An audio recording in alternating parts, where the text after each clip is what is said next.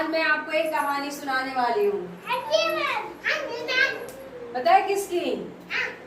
दो बकरियों की। दो बकरियां होती हैं। कौन होती है? क्या होती है? तो वो जो है दोनों बकरियां घास चढ़ने के लिए जाती हैं। दोनों सहेलियां होती है, तो वे दोनों साथ साथ घास चढ़ने जाती हैं।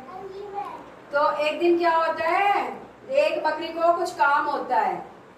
क्या होता है? एक बकरी को कुछ काम, तो वो उसके साथ पहली बकरी के साथ नहीं जा पाती है। तो पहली बकरी घास चढ़ने के लिए चली जाती है।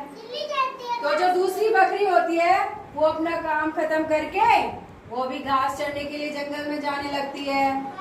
तो जो पहले वाली बकरी होती है वो जंगल के उस तरफ गई हुई होती है, तो जो दूसरी बकरी होती है वो भी उस तरफ जाती है। तो जो पहली बकरी होती है वो उधर से एक पुल बना हुआ होता है, लकड़ी का पतला सा पुल। जैसे ये पतली सी लकड़ी है ना, लकड़ी इसी तरह से एक पतला सा पुल बना हुआ था लकड़ी का, क्योंकि बीच में नदी थी। क्या थी? तो नदी को पार करने के लिए कोई तो पुल होना चाहिए ना।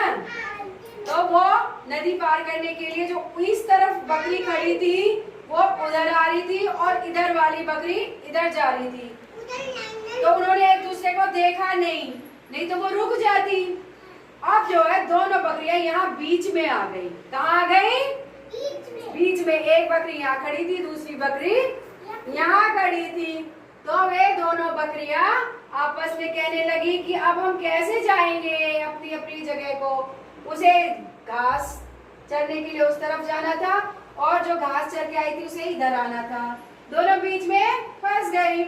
अब जो है एक बकरी बड़ी ही समझदार थी, पहले वाली बकरी, वो कहने लगी तुम ऐसा करो, मैं इस पुल पर लेट जाती हूँ। क्या हो जाती हूँ? और तुम मेरे ऊपर से पैर रख के दूसरी तरफ चली जाओ।